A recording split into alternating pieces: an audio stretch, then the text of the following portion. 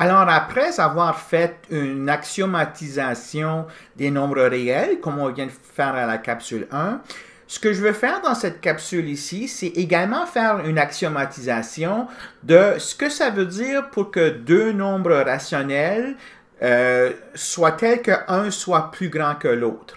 Alors, je vais mettre ça dans un concept précis mathématique.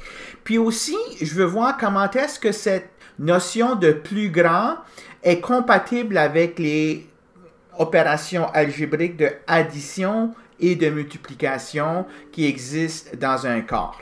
Alors, c'est ce qu'on va faire dans cette capsule ici.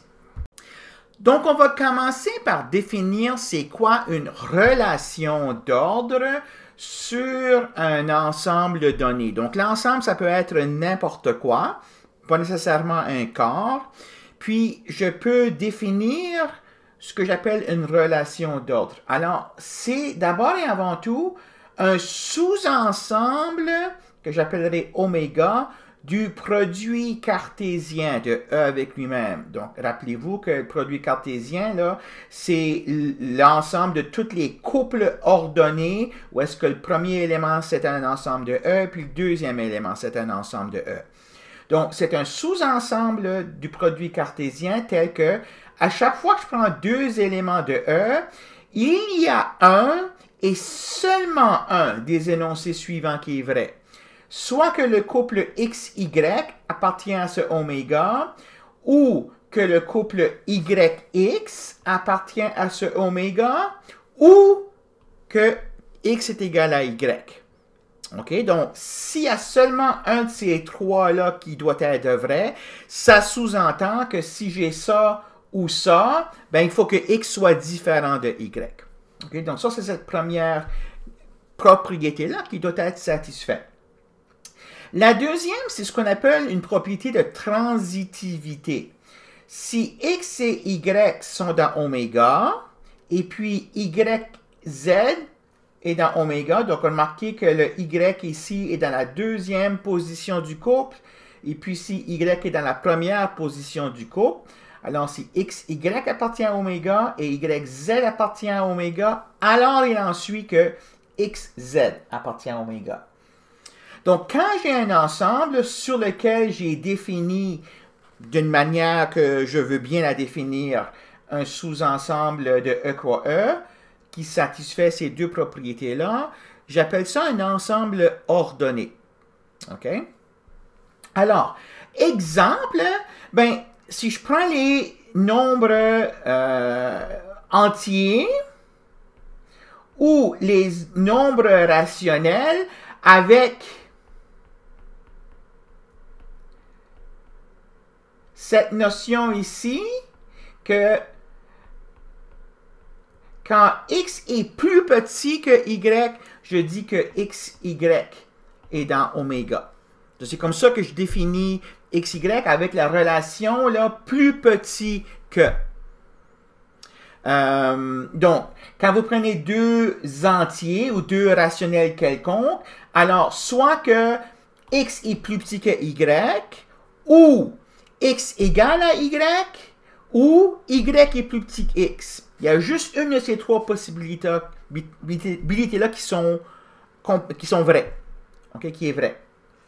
Donc, ça, c'est l'exemple classique d'une relation d'ordre. Il en existe d'autres types, mais pour l'instant, c'est cela à quel on veut se référer. Alors, quand j'écris ceci, c'est la même chose que dire X est plus petit que Y. Puis ça, on entend ce qu'on entend normalement, c'est-à-dire que X moins Y est plus petit que 0 ou Y moins X est plus grand que 0. Fait que ces trois choses-là là, sont équivalentes. OK?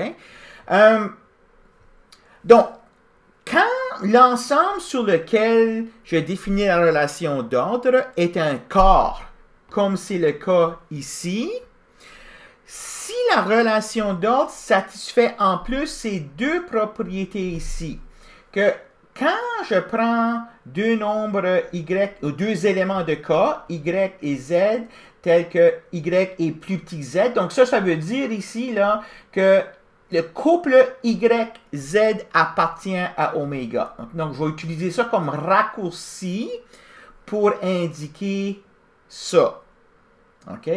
Donc, si YZ appartient à oméga, alors X plus Y, X plus Z appartient à oméga. OK? Donc, pour les rationnels, on voit ça bel et bien comme quand j'ai Y plus petit que Z, si j'ajoute la même chose des deux côtés de l'inégalité, je ne change pas l'inégalité. Et si je prends deux éléments de cas qui sont tels que 0x appartient à oméga et 0y appartient à oméga, c'est la même chose que dire que x est plus grand que 0 puis y est plus grand que 0, ou ce que 0 ici, c'est l'élément neutre pour l'addition dans K. Donc, si je prends deux éléments qui sont comme ceci, leur produit doit être positif aussi, ou plus grand que 0. Donc, ça, c'est également vrai pour la relation d'ordre normale qu'on définit dans les rationnels. Donc, quand vous avez un ensemble ordonné qui est également un quart, et puis que vous avez ces deux propriétés-là qui font un lien entre les opérations algébriques de addition et multiplication et la relation d'ordre. Donc, quand vous avez ça, vous avez ce qu'on appelle un quart ordonné. Donc, Q, c'est un quart ordonné. Dans tout quart ordonné, que ce soit les rationnels ou n'importe quel autre quart ordonné, on a les 5 propriétés suivantes. Et puis, ce sont 5 propriétés qu'on connaît déjà comme étant vraies dans les rationnels, mais on est capable de démontrer ces propriétés ici sans faire appel à la structure des rationnels, juste en faisant appel à quoi? Les axiomes de définition d'un quart, à ce que ça veut dire avoir une relation d'ordre, et puis ce que ça veut dire d'avoir ces deux propriétés ici. OK? Donc, la première, c'est si x est plus grand que l'élément neutre pour l'addition, alors l'inverse additif de x est plus petit que l'élément neutre pour l'addition. OK? En autre mot, si 0x appartient à oméga, moins x0 appartient à oméga. Et vice-versa. Si x plus grand que 0 et y plus petit que z, alors xy plus petit que xz. Multiplier une inégalité chaque côté par un élément qui est plus grand que l'élément neutre pour l'addition ne change pas l'ordre de l'inégalité. Okay? Si x est plus petit que 0, par contre, et puis y est plus petit que z, on a que xy est plus grand. Donc, vous voyez ici, le signe change. Vous avez y plus petit que z, mais vous multipliez par x des deux côtés. Si x est négatif, ça change le signe. Si x est non nul, alors x carré est positif. En particulier, 1.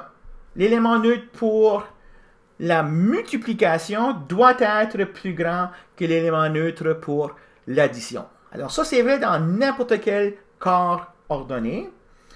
Et puis, si vous avez que 0 est plus petit que x, et puis que x est plus petit que y, alors 0 est plus petit que l'inverse multiplicatif de y, qui va être plus petit que l'inverse multiplicatif de x.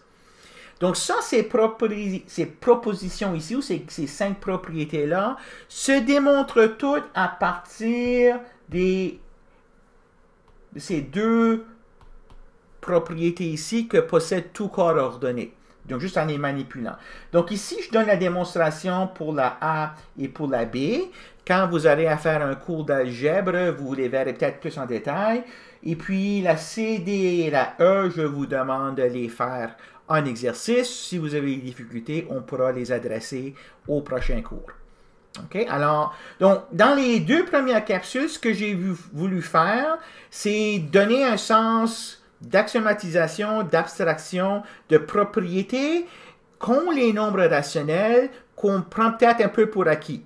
Okay? Mais quand on les met dans ce cadre-là, elles restent vraies à chaque fois qu'on traite avec un corps ordonné. Avec un corps ou avec un corps ordonné, dépendant de ce qui nous intéresse.